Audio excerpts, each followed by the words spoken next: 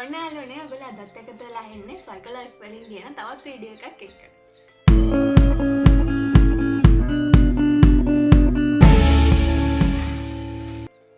අද අපි කතා කරන්නේ ඇබ්බැහි වීමකින් මිදෙන්නේ කොහොමද කියලා.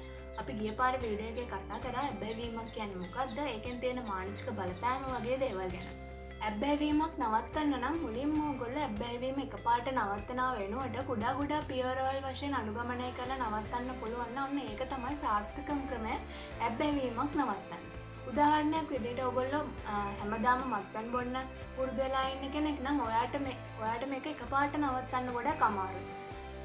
ඒ වගේ අවස්ථාවල් වලදී අපිට පුළුවන් මම අද මේ සතියම බොන්නේ නැහැ, මේ සතිය දවසක් යට දවසක් තමයි මම බොන්න පටන් ගන්න කියලා මෙන්න මේ වගේ පොඩි ස්ටෙප් එකකින් ඔයගලන්ට කරන්න පහසු කාර්යයකින් එහෙම නැත්නම් ඔයගලන්ට පහසු ටාගට් එකකින් ඔයගොල්ලෝ මේ ඇබ්බැහි වීම නවත්තන්න පුරුදු වෙනවා නම් මේ ඇබ්බැහි වීම නවත්තන්න පටන් ගන්නවා නම් ඔන්න ඒක තමයි සාර්ථකම පියවර එකපාරට මේක නවත්තනවා වෙනුවට.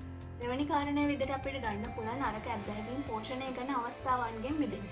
මේ අරක ඇබ්බැහි වීමට පුරුදු වෙලා ඉන්න කෙනෙක්ට ඒකට අවස්ථාවන් ඒගොල්ලෝ හදා ගන්නවා. එහෙම නැත්නම් ඒගොල්ලන්ට අවස්ථාවන් නිකම්ම හම්බ වෙනවා.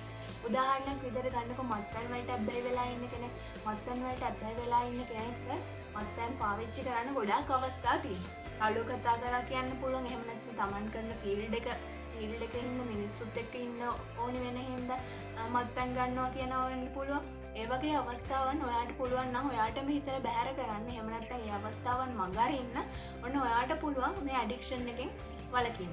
තුන්වෙනි කාරණේ තමයි නරක ඇබ්බැහි වීම වෙනුවට එහෙම නැත්නම් නරක පරණ ඇබ්බැහි වීම වෙනුවට අලුත් හොඳ ඇබ්බැහි වීමකට පුරුදු වෙන්න.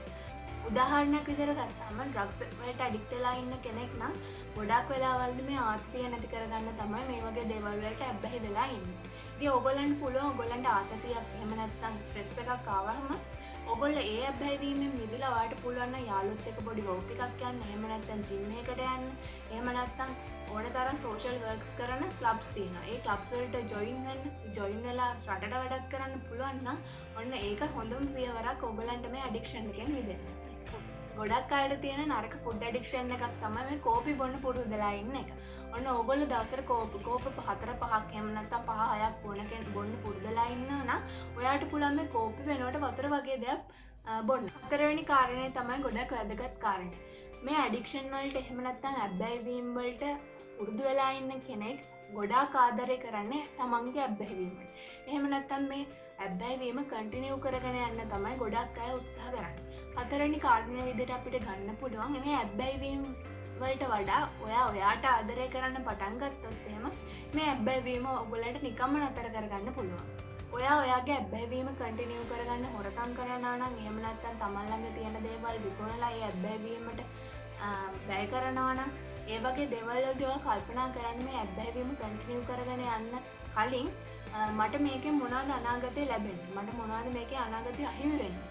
ඒ වගේ දේවල් ප්‍රශ්න කරලා ඔයාගේම ප්‍රශ්න කරලා ඔයාලට පුළුවන් නම් ඒ දේවල් වලින් මිදෙන්න. එහෙම නැත්නම් ඒ දේවල් වලින් කිසිම ප්‍රයෝජනයක් නැත්නම් ඔයාලට පුළුවන් නම් ඒ දේවල් අයින් කරන්න. ඔන්න ඔයාටම ආදරය කරන කෙනෙක් බවට පත් වෙනවා. ඒ වගේම තමයි මේ පුරුද්දට වඩා ඔයාට ආදරය කරන්න පුරුදුනොත් එහෙම මේ ඇබ්බැහි වීම ගොඩාක් ලේසියෙන්ම නවත්තන්න පුළුවන්.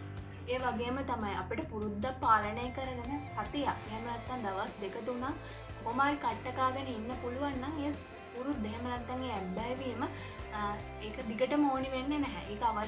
ඒකේ අවශ්‍යතාවයක් අපිට මතුවෙන්නේත් නැහැ. පස්වෙනි කාරණේ විදිහට අපිට ගන්න පුළුවන් පුද්ගලික සහ වෘත්තීය සේවය එහෙම නැත්නම් වෘත්තීය සහාය ලබා ගන්න එක.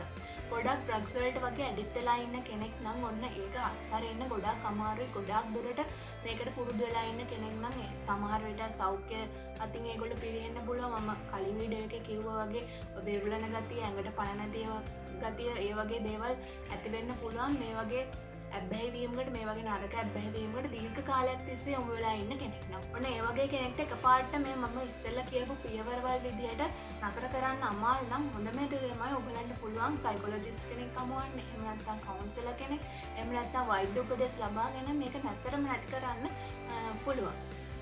ඔයාට පුළුවන් නම් භාවනාවක් යෙදෙන්න, එහෙම නැත්නම් යෝග ව්‍යායාමයක් කරන්න, එහෙම නැත්නම් රිලැක්සේෂන් මියුසික් එකකට සවන් දෙන්න.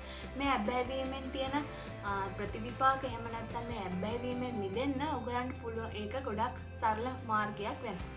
මේ වීඩියෝ එක ඔයගලන්ට ගොඩක් වැදගත් වෙන්න ඇති කියලා ඔයගොල්ලන්ගේ ඇඩික්ෂන් එක මඟ අරගන්න. එහෙම නැත්නම් ඇඩික්ෂන් එකෙන් මිදෙන්න සහ තව කෙනෙක්ව මුදවා ගන්න මේ කරුණු ගොඩක් වැදගත් වෙන්න ඇති කියලා මම හිතනවා. ඉතින් මාව සබස්ක්‍රයිබ් කරන්න, ලයික් කරන්න, කමෙන්ට් කරන්න, ඒ වගේම වැදගත් කියලා හිතනවා නම් යාළුවොත් එක්ක ෂෙයා කරගන්න.